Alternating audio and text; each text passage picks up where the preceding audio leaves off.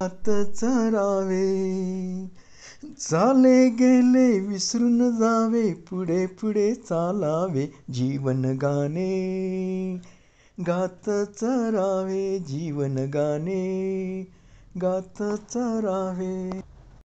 ओम नमो ओंकारेश्वर देवताय नमः. ओम नमः शिवाय. ओम नमः शिवाय. अवधूत चिंतन श्री गुरुदेव दत्त. मंडळी, आपण ऐकत आहात संघर्ष जीवनाचा मार्ग शिवभक्तीचा, हे माझं आत्मकथन.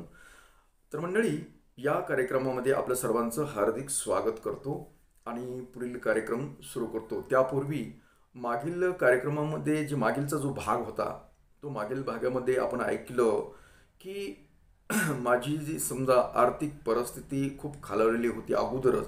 कारण मी कधी पैसा राखून ठेवलेला नव्हता, काही नव्हता. कसं तरी आपलं दररोज काय जी मिळतील त्याच्यावर चाललं होतं प्रपंच. आणि पुन्हा आईवडील बी तिकडून आले, राहिले समजा, घरी राहिले. परंतु त्याच्यामध्ये आता मला वाटायला की आपण बाहेर कुठेतरी काम करावं. यासाठी काम मी शोधलं, स्टुडिओचं काम तिथं. हे पण तुम्ही ऐकलं. आणि 1-2 महिने झाल्यानंतरही ते समजा मला पैसे देत नाहीत. म्हणजे 600 रुपये महिना द्यायला लागला ते स्टुडिओवालं फक्त. असं माझ्या लक्षात आलं. म्हणून मी आता काहीतरी करायला पाहिजे आपण. म्हणजे जास्त पैसे मिळवण्यासाठी आता ही 600 रुपये म्हणजे 10 रुपये तर तिकिटाला चालले. 10 रुपयात काय होतं? आणि पुन्हा इथलं काम म्हणून 8 तास तिथं काम करायचं म्हणजे काहीतरी अवघडच गोष्ट झाली. मग काम बी सोडता येणं गेलं, काही नाही. तेवढ्यामध्ये गावातील जी व्यक्ती होती त्यांनी बालाजीला जायचं ठरवलं होतं. इथपर्यंत आपण आलो होतो. पण मधल्या काळामधला जो किस्सा आहे काही, ते तुम्ही ऐकलं नाही. कारण ज्यावेळेस मी काम चालू केलं, म्हणजे जाणं येणं दररोजची, आणि मी दिवसभर आता बाहेर राहायला लागलो. समजा सकाळी 8ला जायचं आणि संध्याकाळी 7-8 वाजायला लागली यायला. मग मधल्या काळामध्ये घरामध्ये बरेच किरकिरी पण होऊ लागल्या होत्या. आणि म्हणजे आलं की संध्याकाळी एकंदरीत अशी परिस्थिती झाली की ही आमची जी बायको होती ती म्हणजे थोडीशी तणावामध्ये, तिला कुठंतरी आपण चुकलोत, म्हणजे ती कुठंतरी आपण निवड करण्यामध्ये चुकलोत, अशा काही काही विचार चालू झाले होते तिचे. माझ्या लक्षात येतात ना गोष्टी. आणि तेवढ्यामध्येच काय झालं होतं मधल्या त्या काळामध्ये, ती मागील जी दुसऱ्या बहिणी होत्या, त्या बहिणीचं लग्न जमले. आता ही गोष्ट मला काही माहीत नाही ती. कारण ते लोक समजा ही माझ्या बायकोनेही तिच्या तिच्या इच्छानुसार अगर घरचे नको म्हणतानाही माझ्याशी लग्न केलं. त्याच्यामुळं कुठंतरी त्यांच्या मनाला जरा जक्कम झाली होती. कारण ही ऐकत नाही मुलगी. अगर तिच्या हट्टापायी लग्न केलंय हिनं अशा भिकारा माणसापाशी, भिकार आहे ही, ह्याचं काडीचं खरं नाही. म्हणून ते कधीमध्ये गेल्यानंतर तिला टोमणे बसत होते. तू असं, ती मग ही सांगायची ना घरी, काय असं केलं तसं केलं, अगर काय खातात पितात. तर ती ज्यावेळेस इथली परिस्थिती ती बोलल्या जायची, मग त्यावेळेस ती तुझ्या मनानंच केलं, अगर काही झालं असं काहीतरी म्हणजे तिला एक नकारात्मक गोष्टीमध्ये गुरफटायला लागले त्याला.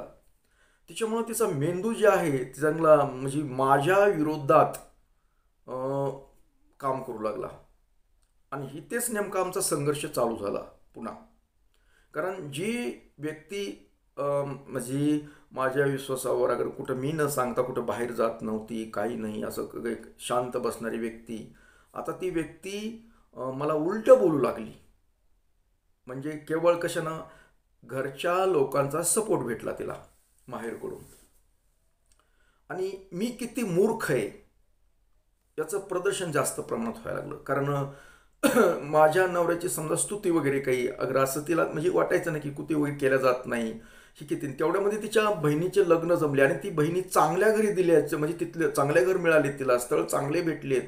याच्यामुळं ती लोक काय करायले, बघ तुझंच असं झालं, नाही तर बघ इकडे कसं आहे, एकाच्या घरी फॅक्टरी म्हणजे आईस फॅक्टरी वगैरे, एकाच्या घरी कुठं हे म्हणजे एक नोकरदार भेटला आहे. म्हणजे म्हणजे माझ्या बायकोच्या पाठीवरल्या म्हणजे तिच्या बहिणीला नोकरीवाला भेटला. आणि तिच्यापेक्षा खाल्लेला असं एक बिझनेसमॅन भेटलं. आणि मी किती साधा आहे, मी दुसऱ्याच्यात नोकरी करतोय. ते 600 रुपये म्हणजे सांगतच असं ना, मी सांगायचं घरी. त्याच्यामुळं मी खाल्ल्या पातळीतला म्हणजे एकदम खाल्ल्या लो, आणि इथलं घरची परिस्थिती अशी, याच्यामुळं तिला वाईट वाटू लागलं. म्हणजे तिची चिडचिड चालू झाली. म्हणजे माझ्या बहिणीला किती चांगले स्थळं भेटलेत, लग्न झालेले नव्हते पण तर भेटले ही. मग ही मला काही माहीत नव्हतं यांचं लग्न जमलेलं, मला सांगत नव्हते कारण मी त्या लायकीत बसत नाही. मी समजा एकदम वेगळा माणूस आहे अशा समज त्यांच्यामध्ये होता. आणि त्याच्यामुळं ते मला काही ह्या लग्न जमलेले सांगितले नाहीत, कुठलं काही नाही, कुठं काही नाही, काही देणे घेणं नाही. ही परस्परच सगळं हिनं गपचूप आपलं, मी समजा आता बऱ्याच वेळेस केसला गेल्यानंतर ही गपचूप जाऊन जाणं येणं असं. आणि घरामध्ये असं मग मला तिनं चालू केलं, म्हणजे उलटं सुलटं बोल, थोड्या थोड्या गोष्टीहून राग राग करायला लागली. हे असलंच आहे, दरिद्रीचं आहे, माझ्या जन्माला असलं आलं, असं चालू झालं. म्हणजे कधी न बोलणारी मुलगी ही आता मला, आता मी तर गरम डोक्याचा. हं? मग जोपर्यंत समजा शांत आहे तोवर शांत, ठीक आहे, मी जेवढं समजून घ्यायचं तेवढं घेत होतो. पण हिच्यामधले जी उलटं बोलायला मला जमत नव्हतं. नेमकं आता उलटं का बोलायली, की आता सपोर्ट. आणि मी तुम्हाला सुद्धा मंडळी सांगतो, तुम्ही जर कुण्या मुलीच्या आई असाल, कुणी असाल काही आता तर कधीही मुलीला म्हणजे त्यांच्या सासराच्या विरोधात कधी भडकून द्यायचं नाही. कारण बऱ्याच वेळेस आता तर अनुभव येतोय की मुलीचा जे संसार मोडतात ना, केवळ आया आणि त्याच्या म्हणजे माहेरकडली लोक तिचा संसार चालू देत नाही. एक माझा अनुभव आहे. हं? माझा स्वतःचा अनुभव आहे हा, म्हणून मी बोलतो. आणि तसे आणि इतर बी आता मी बघत असल्यामुळे बी अनुभव खूप आहेत. तर हा प्रकार माझ्या बाबतीत होऊ लागला. कारण जी चांगली माझ्याशी चांगलं वागणारी मुलगी आता मला माझ्याला विरोध करायली, माझ्या विरोधात बोलायली, उलटं करायली, म्हणजे सांगितलं ऐकना गेली, म्हणजे सतत चिडचिड. आणि मी कधी घरातून बाहेर पडतोय असं तिला झालं. कारण मी उलटं सुलटं बोललं की मग शिवी देणं, असं म्हणजे रागावणं, काही होईनं, चिडचिड करणं, असल्या भानगडी आम्हा दोघांचं खटकायला लागलं. ह्या गोष्टी मग मला पण ताण यायला लागला. समजा मी तिकडे दिवसभर असायचं, संध्याकाळी आलं तर ही म्हणजे असं चालू झाले, आमचे भांडणं चालू झाली. आणि केवळ याला कारणीभूत काय झालं, तिकडल्या लोकांचा सपोर्ट भेटला तिला, म्हणजे माझ्या विरोधात बोलायला लागली. हं? मग आता ही बाकीचे मग लोक अगोदर तर घरच्यांना बी म्हणले होते ही पूर्वी करू नको, मग घरचे बी लोक सपोर्ट करीना गेले मला. म्हणजे आता समजा आई वडील बी काही माझ्या मला काही काही म्हणत नव्हते, त्यांच्या ते भांडं काय करायचे. आणि कुणीही मदत नाही, मी एकटाच. मग त्या लोकांनी ओळखलं की मी एकटाच आहे, माझ्या म्हणजे कुणी नाही याच्या. म्हणजे एका दिवशी असं, त्यावेळेस फोन तर नव्हते म्हणतो मी सारखंच. मग ती समजा गेले आणि ती लोक एकदा आले. आमचे भांडणं झाले, कुणापासून तर कळलं त्यांना की आले, ती एकदम डायरेक्ट गाडी घेऊन आले. हं? आणि त्यांनी काय त्याचे सगळे कपडे पिपडे चट काय होतं ते सगळं भरलं. आणि मी तोपर्यंत केलं, मी आलो तरीही असला कालवा घरामध्ये. मग मला त्या लोकांनी मला खूप बोलले. तिची आई आलते, वडील आलते, इतर बाहेरचे एक व्यक्ती आलते, तुम्ही नीट वागवत नाही, असं नाही तू म्हणजे मला सुद्धा अरक चरक बोलायला चालू केलं. म्हणजे ती जावाई नावाचा काही त्यांनी ठेवलंच नाही. हं? आणि त्या समजा मुलीच्या आईनं बी समजा आरक तुरक बोलायला चालू केलं, तुला सांभाळता येत नाही, असलं नाही, तुझ्या घरी काय दारिद्र्य, म्हणजे आता बोलणं काही एक सांगू शकत नाही मी असं. एवढे बोलणं म्हणजे त्यांनी माझ्या घरामध्ये येऊन मलाच प्रेशर करायला चालू केलं. त्यावेळेस आई वडील होते घरी पण कुणीही बोललं नाही त्यांना, का म्हणले नाहीत, कुठं कसं नाही काय नाही. मग त्यांनी आम्हाला आमची पोरगी न्यायची, असं तसं मग सगळं ती गुंडाळा त्यांनी ती गाडी करून ती घेऊन गेले ती सगळं. हं? का त्यांना घेऊन बी गेले. आणि विशेष म्हणजे ती काय त्यांना आता झालं होतं की हिचं सगळ्यात खराब आहे म्हणजे गरिबीतलं. आणि ती त्यांना मुली चांगल्या तिकडल्या भेटल्या, थळं चांगले भेटले त्यांना, ती त्याच्यामुळं त्यांच्या मनामध्ये हमपणा आलेला होता लोकांच्या, त्यांच्या घरच्या लोकांना, की ह्यांना दुसऱ्या मुली आपलं चुकलं ह्याला देऊन पोरगी. हं? मग ती त्याचा परिणाम हिच्यावर झाला आणि तिला घेऊन गेली ती. हं? ती निमित्त ती समजा पोरीच्या लग्नाचं बी काय समजा करायचं असं तसं. पण ही एवढी माझ्या विरोधात चालू झालं हिचं, की काय की मी किती दरिद्री. म्हणजे ती तिथं आता त्यांच्या गप्पा, फॅक्टरीचं आहे, नोकरदाराचं आहे, मग त्यांच्या ताल. आणि ह्याचा परिणाम हिच्यावर व्हायला लागला की आपलं किती चुकलंय, आपण एका काही रुपयाच्या काही खरं नसणाऱ्या माणसाशी लग्न केलंय, ही वाईट गोष्ट आहे. ही तिच्या मनामध्ये सला लागली. हं? आणि त्यातल्या त्यात ही लोक म्हणजे तिला असं भडकावं लागली. हा असा कारण ती तिकडे गेली. तेवढ्यामध्ये आमचं हे म्हणजे बालाजीला बी जायचं ठरलेलं आलं होतं. पण आलतीमध्ये थोडंसं तर मी विचारात जायचं, कारण मी दुसऱ्याच्यात कामाला करतो, कामाला जातो, काय करतो, असं करतो, कुठं पैसे काही खरं नाही, घरी बी 10-5 रुपयाचं काही म्हणजे मला असं एवढं वाईट गोष्ट घडायला लागल्या चालू झाल्या की सांगायसारखी नाही. अगोदर घरच्याच लोकांचा ताण, परत ह्यांचा ताण. हं? म्हणजे मला सुख नावाचं जे असतंय ते म्हणजे नाहीच. आणि तरी मी म्हणतो तुम्हाला सुद्धा सांगितलंय की माझ्या म्हणजे जीवनामध्ये ही जी फॅमिलीचं सुख म्हणतो आपण, ह्या गोष्टी नाहीत ही मला याची जाणीव झाली. पण मी केलं, बदलूया आपण, जग बदलूया. हं? पण बदलत नव्हतं. मला हे दोन्हीकडून ताण, अगोदर असा, परत मला हे झाला संघर्ष चालू अजून. कारण सासरवाडीकडून कटले सगळ्या सपोर्ट तर नाहीच नाही, पण माझ्या विरोधात भडकायला चालू केलं. हं? त्याच्यामुळे ती राहीना गेली. सारखी पळचळ, जा ये जा ये जा. का बाकीचं काही नाही, फक्त ह्याच्याकडे काही काही नाही खरं ह्याचं. हं? म्हणजे जे काय म्हणजे 1-2 वर्ष असं जरा चांगलं सुरळीत चाललं होतं आमचं दोघं, तर त्याच्यामध्ये हे कार्यक्रम चालू झाला. आणि तेव्हापासून जी बिघडलं कार्यक्रम आमचं, ते बिघडलाच मग. मग मला बी लक्षात आलं की आपण एवढं जीवापाड आपण माया लावतो, तर नुसत्या मायावर चालत नाही. काही गोष्टी लक्षात येल्या मला की नुसती माया लावून आणि प्रेम लावून चालत नाही, त्याला पैसा लागतो. कारण पैसा असल्याशिवाय बायका सुद्धा आजकाल नवऱ्यावर प्रेम करत नाही. एखादीच असेल 100रातली की नवरा जर पैशाच्या म्हणजे गरिबी असला तरी त्याला सहन करेल, आणि 10-5 असतील लय झालं 100रातून. पण जवळजवळ माझ्या माहितीहून एक आताच्या या गोष्टीमध्ये नवऱ्याकडे खूप काही असलं पाहिजे, त्याला चैन करायला पाहिजे, सगळ्या गोष्टी मिळाल्या पाहिजेत. अशा गोष्टी असतील तरच नवरा आपला आहे नवरा. म्हणजे एकंदरीत एखाद्या व्यक्तीसाठी आपलं जीवन चालवायचं असं बऱ्याच जणाला वाटत नाही आजकाल. तर आता तर जास्त झालं. आमच्या काळातलं तरी वेगळं होतं. आता तर खूपच झालंय, खूपच जास्त झालंय. म्हणजे लोक मायेच्या माणसाचे प्रेमापेक्षा पैशाला महत्त्व द्यायला जास्त लोक. हे पहिला गोष्ट तुम्हाला सांगितली, पहिले जे झालं होतं तेच प्रकार. पण ही लग्न झालं, ते लग्नाच्या अगोदर झालं. शेवटी मला इकडून तिकडून पैसा ही महत्त्वाचं दाखवायला लागली, आणि नेमकं मला ते जमाना गेलं. मग एकंदरीत आमचा विरोध चालू झाला समजा. म्हणजे पटाना गेलं, कधी यायचं कधी जायचं, म्हणजे राहू वाटाना गेलं. म्हणजे ही दरिद्री, याचं काही खरं नाही. मग ती सगळ्यात मेन कारण काय झालं, तिच्या बहिणी चांगल्या घरी दिल्या म्हणून. म्हणजे उठलं सुटलं टोमणे मारायली, माझ्या बहिणीचं असं आहे ती तसं. म्हणजे गप्पात जरी काढत चालत बोलत बोलत तो विषय काढायची, बोलत बोलत ती. म्हणजे मला मला जेणेकरून ताण येईल, जेवण करायलो आपण तरी तो विषय निघायचा. म्हणजे म्हणतात ना, सारखं सारखं तीस तीस तीस तीस माणसाला ताण येतो. म्हणजे मी किती मूर्ख, मी किती दरिद्री हे दाखवून द्यायला जायला लागलं. कारण तिकडून सपोर्ट तशा मिळायला लागला, आणि तिथं चांगलं आहे असं तसं असं म्हणजे मिळालं म्हणून. अजून लग्न झालं नव्हतं.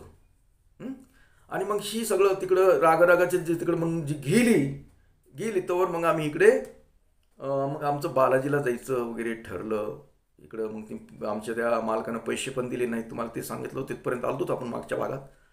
आणि मग आम्ही बालाजीला जायचं ठरल्याप्रमाणे आम्ही ती गेलो. मग असं चाललं होतं. माझ्या मनामध्ये विचार यायला लागले, ह्या मालकानं पैसे दिले नाहीत आपल्याला, कसं करायचं. बायको पैसा नाही घरात खर्च करायला नाही म्हणून बायको राहायला गेली. म्हणजे विचारचक्र चालू झाले. केवळ पैसा आपल्याकडे नाही, आपण तिचे लाड पुरवू शकत नाहीत म्हणून ती राहत नाही. आणि आपण काम करायला शोध गेलं तर हे देत नाही. म्हणजे मी गाडीत जरी बसलो होतो, जीप होते त्या काळाच्या, जुन्या जीप होते ते, तर त्या जीपमध्ये बसलो, पण माझे विचारचक्र चालू होते डोक्यात. काय करायचं आता नेमकं, काय करायचं, नेमकं करायचं काय. म्हणजे पैशाशिवाय महत्त्व नाही कशालाही, आजची दुनिया आहे. प्रेम प्रेम काही नाही. याची उगा मला परत परत परत परत आठवून यायली. मग कुठे खिश्से काढायचं मध्ये आता गाडीमध्ये काय म्हणले महाराज बोलत नाहीत काय नाही, म्हणजे पण मला विचार यायला लागलं किती चुकलो आपण. विनाकारण आपण विनाकारण लग्न केलं. लग्न नसतं केलं तर ह्या गोष्टी आल्या नसत्या, असे पण विचार येऊ लागले. आणि बघता बघता आपलं म्हणजे असं प्रवास चालू होता. मग त्यावेळेस सारखं म्हणजे जरा 2-3 दिवस लागत होते. एक दोन म्हणजे 2 का 3 दिवस लागत होते, कारण साध्या गाड्या होत्या, रस्ते चांगले नव्हते बालाजीला जाण्याला. असे चालले मग आमचं डिकू. मग नाईटनं आम्ही गेलो होतो एका ठिकाणी. नदी होती, त्या नदी मध्ये म्हणजे नदी बघून, चांगली नदी होती, सुंदर निसर्गरम्य ठिकाण. मला वाटतं कडप्पाच्या पुढे काय की कडप्पा म्हणून एक नाही का तिकडं, कडप्पाच्या तिथे पुढे ये. मग आम्ही तिथं म्हणले आता आंघोळ्या वगैरे करूया, बायापोरं होती ती. मग ते आंघोळ्या वगैरे. मग आता मी आपला एकटा, माझ्या डोक्यात विचार काही बंद होत नव्हते. सारखे मला विचारायचे की ह्या मालकानं पैसा देत नाही, इकडं पैसे नाही, अगर आपली दारिद्र्य म्हणून बायको राहत नाही. म्हणजे विचारचक्र चालू झाले. तर मग चाललो असं. मग तिथं आंघोळ म्हणजे आम्ही स्टोव वगैरे अशा गोष्टी मग उतरलो, सगळं काढलं सराजम वगैरे. आमच्याबरोबर म्हणजे आता माझे एक मित्र होते, ते अंबोताता म्हणतात, अंबादास शिंदे हे एक होते. आणि आम्ही दोघंजणची जोडी. कारण आणि दुसरा एक त्यांचा मित्र, अंबादास शिंदेचा मित्र म्हणजे अंबोतात्याचा मित्र शब्बीर एक होता, गाडी चालवा दोघं. पण शब्बीरला आळशी, शब्बीरची गाडी चालवली, म्हणजे अंबोतात्याची गाडी चालवणं म्हणजे न दमता, नाईट असो काय असो सरला.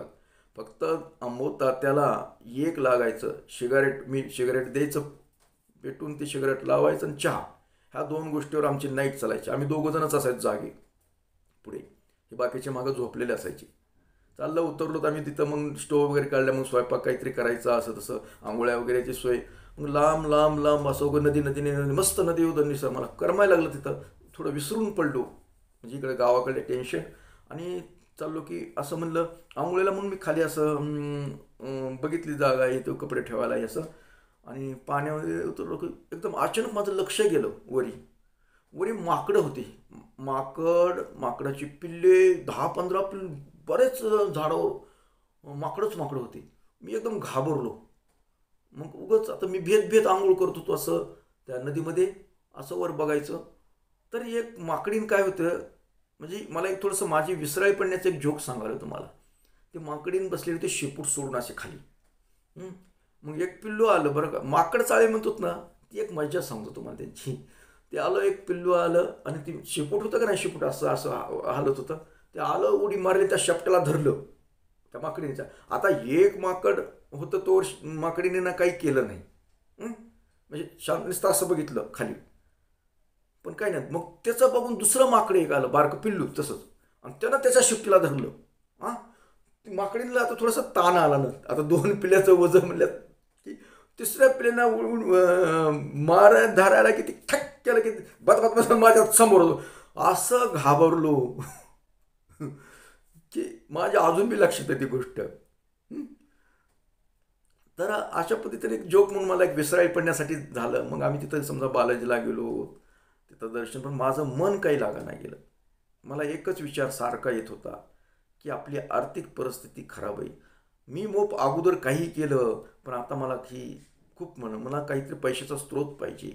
आणि मग आम्ही बऱ्याच वेळ लागतात, 24 तास लागत होता बारीला यायला ही. मग त्यावेळेस नवीनच कॅम्प्युटर सिस्टीमनं निघालं होतं. आता तर काही सुधारणा झालेल्या आहेत भरपूर, पण त्यावेळेस ते असं अगोदर ते बुकिंग करावं लागायची. आणि मग ती बुकिंगचे पट्टे असे हातामध्ये फिट केले लागलो. मग तिथं एक भोद म्हणून होता, बालाजीच्या तिथं भोद लावलेली. आता काय अशात पाहिले नाही मी, म्हणजे नाही बघण्यात, म्हणजे अशात गेलो नाही मी. पण पूर्वी असे भोद असायचे, पांढरे भोद. तर त्याच्यामध्ये लोक दान करायचे, दान त्या ह्याच्यामध्ये, त्या भोदामध्ये. तर असंच दान करायला बारीला उभा राहिले होते. एक म्हातारी आली, म्हातारी म्हणजे वयस्कर होती, 70-75 वर्षाची. तिला 2 माणसं असे, ते 2 असे बॅग होती, अख्खी पैशानं भरलेली, म्हणजे नोटानं. आणि ते दोघं जणांनी धरून आली. म्हातारी आली की म्हातारीने फक्त त्या बॅगला हात लावला आणि तशीच तशी बॅग. आता ती त्या काळातले किती रुपये असतील, ती काय असू शकते. मी म्हटलं लोक एवढं दान करतात देवाला, काय असेल, पण मला ते दान करतात लोक म्हणजे काहीतरी चमत्कार आहे. त्याच्या अगोदर मला काही माहीत नव्हतं बालाजीच्या संदर्भात. मी माझ्या डोळ्याने बघितलं की दान लोक करतात. मग मला दान करतात म्हणजे याच्या मागे काय असू शकतं याचं मी थोडंसं मग कुतूहल निर्माण झालं. मग आता मी पण माझी बारी आली तर मग माझ्याकडे कुठे होते मग पैसे एवढे. माझ्याकडे 10 रुपये होते. मी 10 रुपये त्या ह्याच्यामध्ये दान म्हणजे भोदामध्ये टाकले. गेलो म्हणलं आपल्याला एवढेच आहेत, आपण 10 रुपयाचेच लायकीचे. आणि पुढे सरकत सरकत गेलो. पण माझ्या मनामध्ये येलं की लोक लाखोंशी दान धर्म करतात, तिथं काहीतरी चमत्कार आहे. हे माझी मन बोलू लागलं मला. कारण माझा इकडला विचार गेला, आता घरातकडला विचार गेला, बायको का करते असं गेलं, सगळं गेलं. आणि मला एकच विचार चालू झाला की लोक दान का करतात, म्हणजे दान एवढं करतात म्हणजे किती दिलदार आहेत, असं तसं म्हणजे काहीतरी आहे. आणि योगायोगाच्या गोष्टी सांगतो. आता वाट्याने काय झालं अगर काय ती महत्त्वाचं नाही, पण इथं दान हे शब्द माझ्या डोक्यात जी बसलेला होता, दान. आणि तिथून समजा आमचं दर्शन वगैरे झालं. आता माझ्याकडे काही पैसे खर्चायला वगैरे काही नव्हते एवढे. त्याने ते भीमाबाबांनी दिले थोडेसे 200-300 रुपये, म्हणले काही घ्यायचं असलं तर घ्या. मी काही घेतलं फक्त प्रसाद घेतला वगैरे, असं पाणी वगैरे घेतलं बालाजीचं, ही असे जी खरेदी वगैरे केली. आणि बाकीचे देव काही कुठले करायचे नव्हते, काही नव्हते. त्यांच्या लेकराचे हे होते म्हणजे काहीतरी नवसं होते मुलांचे त्या. मग ते मुलं छोटी होती त्यावेळेस, ते आता मोठे इंजिनियर वगैरे झालेत ते मुलं. लग्न बी झाले त्यांची वाटते. मोठमोठे मुलं आहेत त्यांचे. ते मुलं मी जी का लहानपणी त्यांना चप्पी करायला बालाजीला घेऊन गेलेला. आता ओळखाय सुद्धा यायची नाहीत मला, ते एवढे मोठे आहेत ते. तर त्या मुलांचे मग त्यांचे नवस होते, नवस पिळले, चप्पे केले. मी पण केस कर्तन वगैरे सगळ्या गोष्टी सगळ्या केल्या. आम्ही केस कर्तन करूनच मध्ये दर्शनाला गेलो होतो. तर मग अशा पद्धतीने पण माझ्या मनात एक विचार वेगळा. आणि काय चमत्कार म्हणा, तुम्हाला मान्य होईल अथवा न होईल, पण एक चमत्कार झाला मला. माझं जे मन आहे ना, जी उदासीन होती माझ्या मनामध्ये, एक त्या मालकानं पैसे दिले नाहीत ती एक, आणि परत ही पैसे नाही म्हणून बायको आपल्यापाशी राहत नाही, म्हणजे माहेरला जाते. कारण आपण तिला चांगल्या प्रकारे तिची चैन वगैरे करू शकत नाही. म्हणजे तिचं एकंदरीत आपल्यापाशी राहणं तिला योग्य वाटत नाही, याच्यापाशी काही नाही, सोय नाही होत. ह्या गोष्टी जी मनाला खंत वाटत होती ती कमी झाली माझी. आणि मला एक नवीन ऊर्जा भेटल्याने, मी बालाजीतून दर्शन केल्यानंतर माघारी येताना माझ्या मनामध्ये एक नवीन ऊर्जा, जाताना निराश गेलो आणि येताना आनंदात यायला लागलो. कारण काय झालं काही नाही की डोक्यामध्ये एक वेगळंच लहर, एक कल्पनाशक्ती निर्माण झाली माझ्या डोक्यामध्ये. हा बालाजीचा चमत्कार म्हणा अथवा काही म्हणा, पण मी 10 रुपयेच दान केले, पण त्या 10 रुपयानं काहीतरी माझ्या मनामध्ये एक वेगळी ऊर्जा दिली. मी फक्त म्हटलं की बाबा पुण्यात जर मी कधी दर्शनाला हो तर मला जसं जमन तसं दान करील मी. एक मनातली मनात बोललो. माझी परिस्थिती सध्या अशी, ज्यावेळेस माझी परिस्थिती सुधरेल ना तर मी दान करणार, खूप दान करणार, एवढं बोललो मी फक्त मनात बालाजी दर्शन करता. आणि त्या 10 रुपयानं एवढा चमत्कार केला की मनामधलं सगळी माझी जी घाण होती, नकारात्मक विचाराची होती घाण, ते पूर्ण ते दूर निघून गेली. आणि मी परत येऊ लागलो, आनंदात येलो, हसून खिळून मस्त मजेनं चाललं. आणि मग चालत चालत मला एक नवीन काही कल्पना सुचायला लागल्या. आणि म्हणलं यांना पैसे नाही दिले पण ते दुकान सोडायचं नाही. त्यांना पैसे नाही दिले, 600 रुपये सुद्धा नाही दिले, ते आपण दुकान, आता आपण दुकानदार म्हणजे आपण दुकानदारच व्हायचं. काय कुठून आलं काय बुद्धी, आता ही 600 रुपये दुकानदार म्हणजे मी पूर्वीचा दुकान म्हणजे मालक होणार होतो ना, पण दारिद्र्य काही समजा दुसऱ्याच्या ह्याच्यात भांडवल खलास करून टाकलं होतं. आणि मग आता म्हणून नव्यानं सुरुवात, आता बालाजीपासून सुरुवात. आपण बालाजीचं दर्शन घेतलंय, हा धनाची देवता आहे, धन देणारी देवता आहे, नक्कीच आपल्याला याच्यामध्ये यश येणार आहे, ही माझ्यामध्ये एक आत्मविश्वास आला. आणि खरं मन इतकं आनंदी झालं आणि मी आनंदानेच मग घरी आलो. इकडं समजा गावाकडे आलो तर मी मग दुसऱ्या समजा 2-4 दिवस गेले ते माझे असं समजा बालदर्शन वगैरे 2-4 दिवस, आणि माझं मन एकदम आनंदाचा फ्रेश झालं. फ्रेश चप्पी केल्यानं, सगळे केस काढल्यानं, आणि सगळं मोकळं मोकळं वाटायला होतं. जणू माझे दारिद्र्य गेलं, माझं हे सगळं गेलं. मी बालाजीला दान करून आलो माझं दारिद्र्य तिथं, आणि एक नवीन ऊर्जा घेऊन आलो आहे मी इकडे गावाकडे आता. आणि खरंच माझ्या मनामध्ये एक ऊर्जा निर्माण झाली. आणि एक तुम्हाला चमत्कार सांगतो, भाग मोठा होऊ द्या तरी झाला तरी होऊ द्या, पण थोडंसं सांगतो. आणि आलो, आणि नेटकंच म्हणजे एप्रिल महिना चालू होता बहुतेक, एप्रिल आणि एप्रिलचं बहुतेक. आणि योगायोगाच्या गोष्टी सांगायचं तुम्हाला, की मला एक आमचे जुने मित्र, एक पहिलंच हो बालाजी आनंद दुसऱ्या दिवशीच मी गेलो तर माझी त्यांची भेट झाली. जुने मित्र, ते फोटो स्टुडिओवर ते बी शिकत होते. ते माझ्यापेक्षा वडील होते मोठे. ते त्यावेळेस मॉडर्न फोटो स्टुडिओ म्हणून होतं, त्यांच्याकडे ते शिकत होते. ते हां, साधा गरीब माणूस त्यावेळेसचा. आता तो खूप श्रीमंत आहे, पण त्यावेळेसचा. तर त्यांची भेट झाली माझी, दत्ता देशमुख म्हणून. आणि म्हणले काय महाराज, म्हणले काय करत चालू आहे, काय काय म्हणतात भाकरे काय नाही, म्हणजे त्यांचे ते आता पार्टनर हे कळले व्यवसायातले. म्हणलं काय नाही. मग त्यांनी गेलो, बोललो, चहा मागवला, चहा पेलो. म्हणले काय मग चालू. म्हणलं काय, म्हणून किती देते पैसे. म्हणलं काय देते मामा, म्हणलं पैसे. म्हणलं ते कुठं 620 रुपये देतो. म्हणलं मला काय होणार आहे माझं 20 रुपयात. अरे महाराज, म्हणले एक काम कर, म्हणले तू करशील का माझं काम. म्हणलं हो. तो लय सच्चा माणूस, मी अजून बी नाव घेईन, मरेपर्यंत नाव घेणार त्या माणसाचं. त्या माणसानं काय केलं, म्हणले हे बघ, मी तुला ऑर्डर देतो. म्हणजे माझी ऑर्डर करी जा. म्हणजे सीझन असायचं उन्हाळ्यामध्ये, लग्नाचं सीझन. तुला कॅमेरा देतो आणि तू ऑर्डर माझ्याकडे जा. मी तुला काय करी जाईन, प्रत्येक ऑर्डर फोटो काढले ना माझ्याबरोबर यायचं, तू एकटा बी पाठवत नाही.